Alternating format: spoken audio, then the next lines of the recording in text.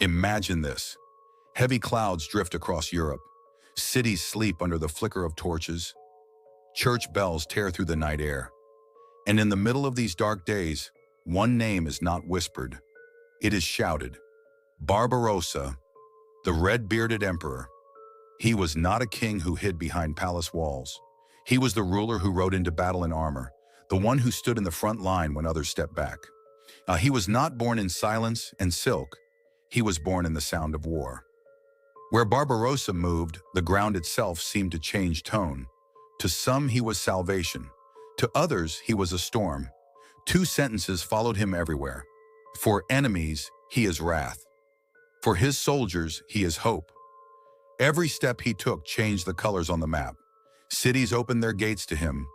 Others trembled before they could. But what turned Barbarossa into a legend was not his sword or his crown. It was the question in people's eyes. Is this man truly just a man? Because he did not simply rule, he touched fate. Soldiers would say, he is one of us, and yet somehow more than us. With his arrival came courage. With his departure came silence. And then, one day, something happened that history recorded simply as a fact. But for the people, it was the birth of a legend. Some men die and their story ends. Some men die and their story begins. Barbarossa belonged to the second kind. His name would not only live in books, but in firelight, in songs, and nighttime whispers. And now we are not just telling the story of a king, we are telling the story of a legend born on the day of his death. Who was this man they called Barbarossa? Not a ruler made of silk and ceremony, but a king made of iron and dust. Frederick Barbarossa did not sit behind gold walls and sign orders from safety. He rode with his soldiers. He slept in their camps. He bled on the same ground they did. His red beard became a banner by itself. When soldiers saw it in the front line, they said only one thing: the emperor is with us. He rebuilt a fractured empire, pulled divided lands together, and forced rebellious princes to kneel. He could be harsh, and he could be just. To those who defied him, he was the storm. To those who followed him, he was the shield. He believed in order, discipline, and destiny. He believed that an emperor should be seen not on a throne, but on a battlefield. When battles began, he did not hide behind lines of armor. He rode forward. He wanted his men to know. A king who asks others to risk their lives must risk his own first. And so his legend grew. Songs were sung about him around campfires.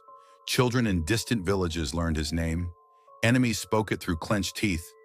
Allies spoke it with pride. But the greatest thing about Barbarossa was not just the wars he fought or the lands he ruled. It was the feeling he created. The feeling that as long as he stood, the empire would not fall. He became more than a man. He became certainty in an uncertain world. And that is why what happened next did not just shock an army. It shook an entire continent. The day did not look like the day of a king's death. The sun was bright. The air was heavy with heat. The Crusader army moved slowly, exhausted from the long march. Ahead of them flowed a river, cold, fast, deceptively calm on the surface. It was the Salif River.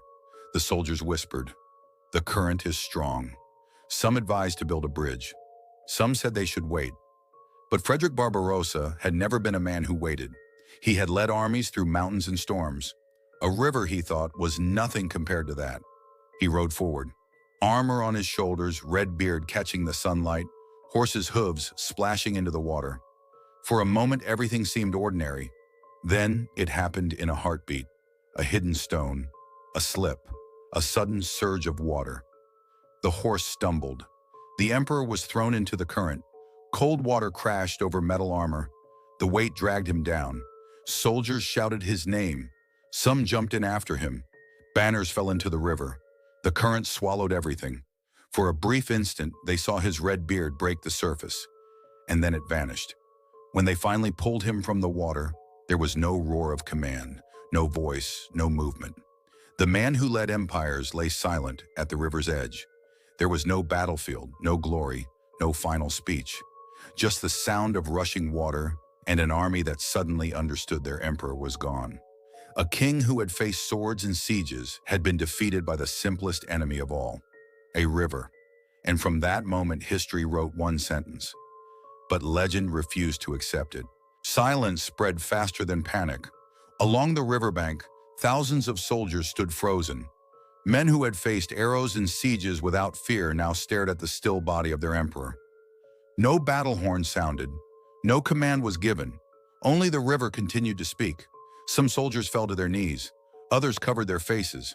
The banners that once followed him proudly now hung limp and useless in the mud. They had crossed mountains for him. They had left their homes for him. They believed as long as Barbarossa stood, the empire stood. Now he did not stand. Messengers rode through the camp, whispering the words no one wanted to hear. The emperor is dead. And with those words, the army began to break apart. Knights argued. Leaders blamed each other. Some wanted to continue the crusade. Most simply turned around.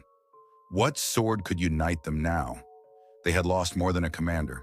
They had lost the idea that they could not be defeated. And yet, something curious happened. As the army scattered, another force gathered. Legend. No one wanted to accept that such a man could simply drown like any other mortal. Around the campfires, whispers began. He is not dead. He is only sleeping. They said his body could not decay. They said the water did not kill him. It hid him. Stories spread faster than soldiers could march. Some swore he had entered a mountain cave. Others claimed monks had taken him away in secret. Many believed he had only closed his eyes to rest. And people began to promise, when the empire is in greatest danger, Barbarossa will return. Mothers told it to their children. Old men repeated it in taverns.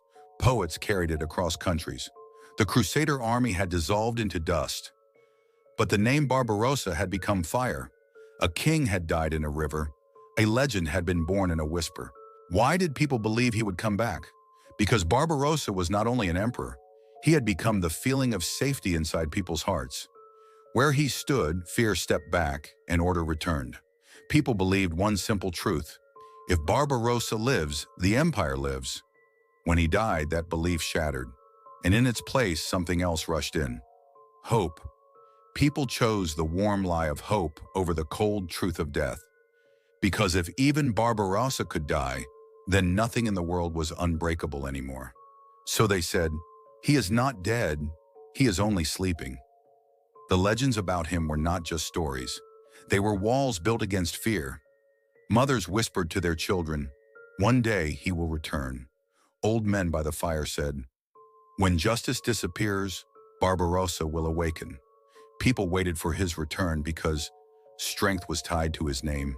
Stability wore his face, the empire seemed to breathe through him. Barbarossa was no longer just a man. He had become an answer. The answer to the question, who will save us?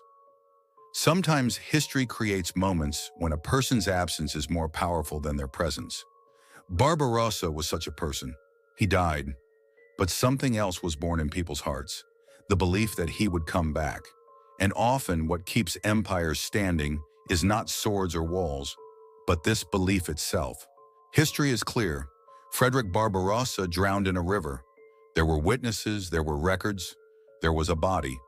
This is the part historians can write in books, dates, places, events. But history is not made of facts alone. It is also made of what people choose to believe. And here begins the second truth. For many, Barbarossa did not die. He crossed from history into myth. Because myths are born when reality is not enough, when people refuse to accept that something so powerful can end in something so ordinary. A king who had survived wars and rebellions should not, they thought, be taken by a river. So imagination did what facts could not. It kept him alive. In stories, he did not drown. He slept beneath a mountain. His red beard grew long around a stone table. And one day when the world needed him most, he would rise again. Was it true? Historically, no. Humanly, it was real to millions. Because myth has a power that history does not. History tells us what happened. Myth tells us what we need. People did not just want a king back. They wanted protection, order, someone stronger than fear. And so Barbarossa became two men, the emperor who died in a river and the legend who refused to die at all. One belongs to history, the other belongs to the human heart. Barbarossa died in a river, but in people's hearts he never drowned. History wrote his end. Myth kept him alive.